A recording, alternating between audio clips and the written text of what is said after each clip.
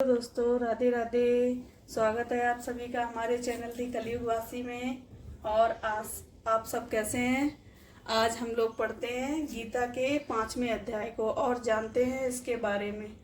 तो जिसने भी हमारा चैनल अभी तक सब्सक्राइब नहीं किया है प्लीज़ वो सब्सक्राइब कर ले। आइए शुरुआत करते हैं और बोलो राधे राधे। राधे राधे। आज का 5वां अध्याय है कर्म संन्यास योग। संशयग्रस्त अर्जुन ने भगवान श्री कृष्ण से पूछा, हे अर्जुन, आप सभी कर्मों के संन्यास तथा सभी कर्म योग की प्रशंसा करते हैं।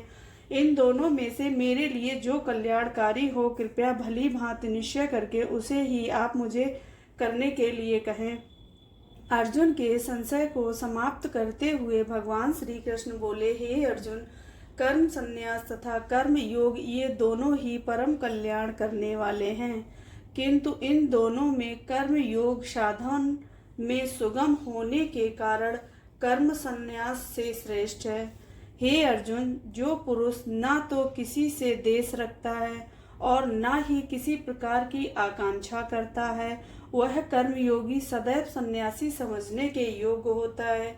राग देश आदि द्वंद्वों से मुक्त हुआ पुरुष सुख पूर्वक सांसारिक बंधनों से मुक्ति प्राप्त कर लेता है। संसार संन्यास और कर्म योग को ज्ञानी जन पृथक पृथक फल प्रदान करने वाले मानते हैं, जबकि ज्ञानी जन ऐसा नहीं मानते। ज्ञानी जनों का विचार है कि दोनों में से किसी एक में भी सम्यक प्रकार से स्थित पुरुष दोनों के ही फल अर्थात परमात्मा को प्राप्त करता है। ज्ञान योगियों द्वारा जो परम धाम प्राप्त किया जाता है वही कर्म योगियों द्वारा भी प्राप्त होता है।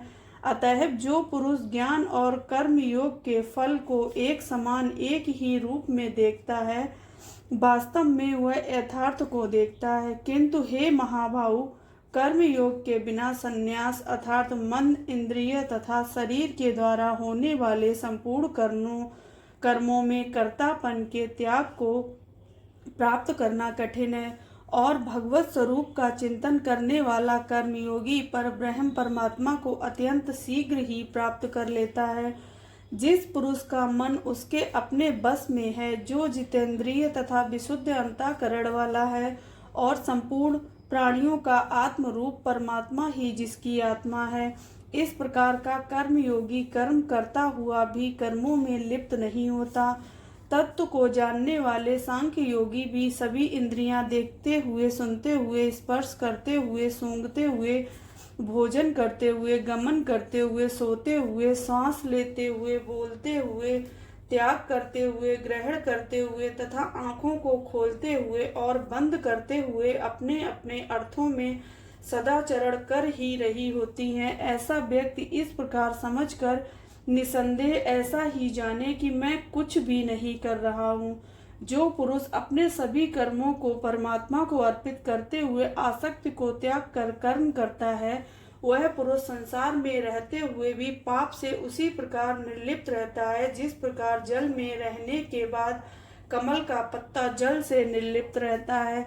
कर्म योगी ममत्व बुद्ध रहित होकर केवल इंद्रिय मन बुद्धि तथा शरीर में अनासक्ति का भाव रखते हुए चित्त की शुद्धता के निर्मित कर्म करते हुए सुखी रहता है। वह कर्मों के फल का त्याग करके भगवत प्राप्त रूपी शांति को प्राप्त करता है। किंतु कर्म के साथ फल की इच्छा रखने वाला पुरुष फल में आसक्त होकर बंध जाता है।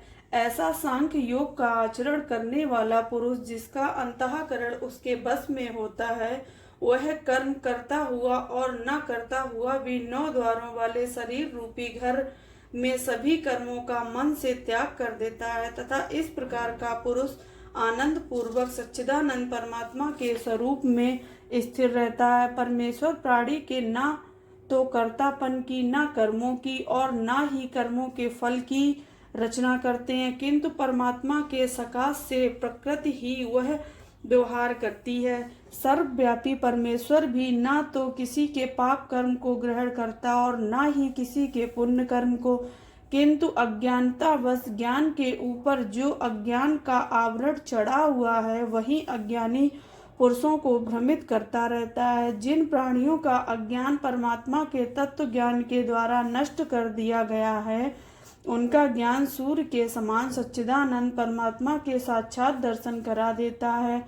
जिनका मन और ध्यान अपनी बुद्धि सहित सच्चिदानंद परमात्मा में निरंतर एकाग्र भाव से स्थिर है, ऐसे ईशपरायण पुरुष ज्ञान के द्वारा पाप रहित होकर मोक्ष को प्राप्त करते हैं।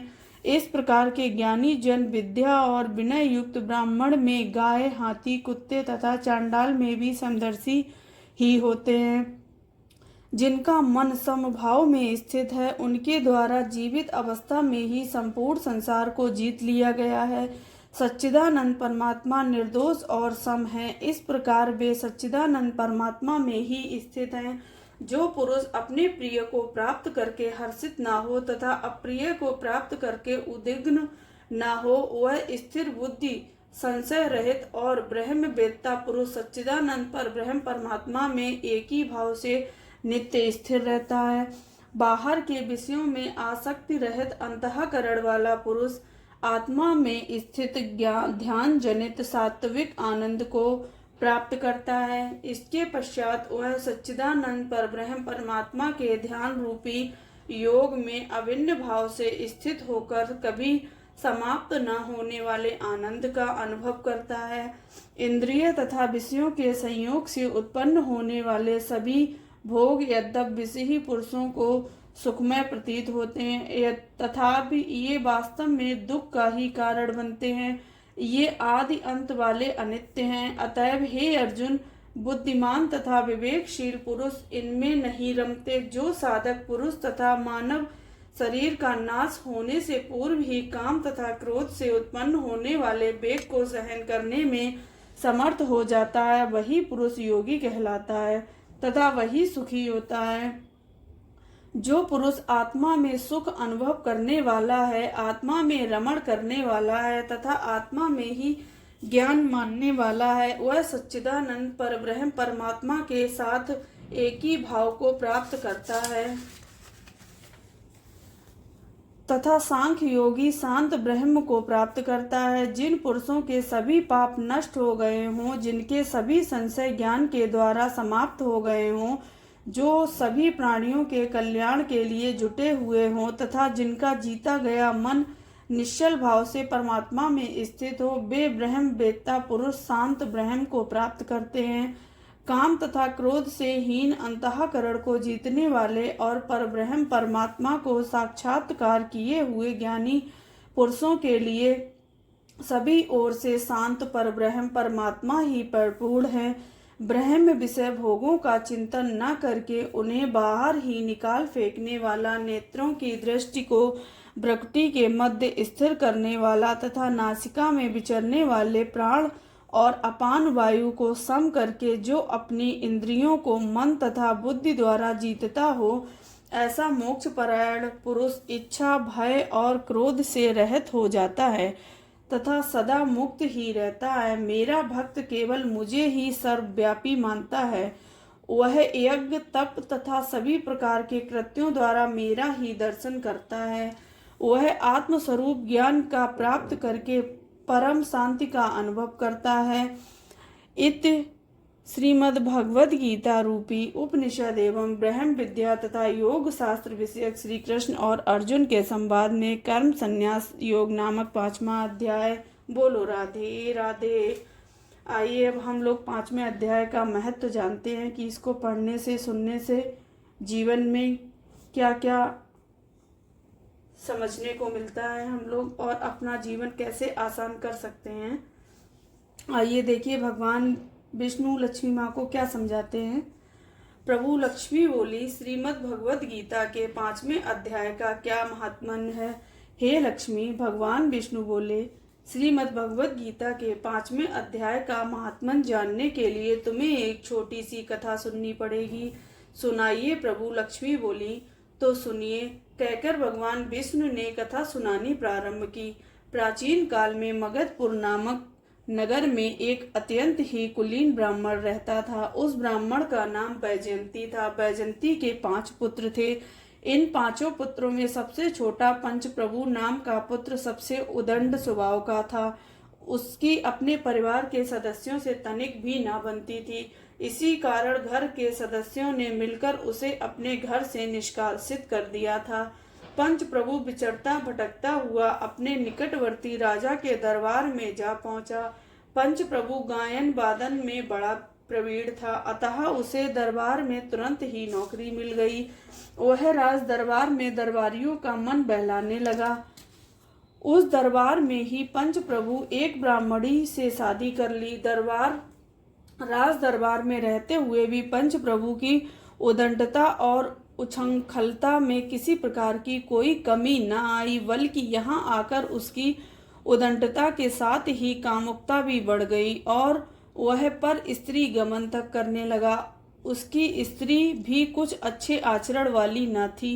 एक दिन पंच प्रभु को उसकी पत्नी ने गृह कलेश के कारण विष देकर मार डाला। मरने के बाद पंच प्रभु का गिद्ध योनि में जन्म हुआ। दूसरी ओर मृत्यु के बाद उसकी पत्नी भी परलोक सिधार गई। उसे सुखी योनि प्राप्त हुई। एक दिन वह सुखी जंगल में दाना चुग रही थी।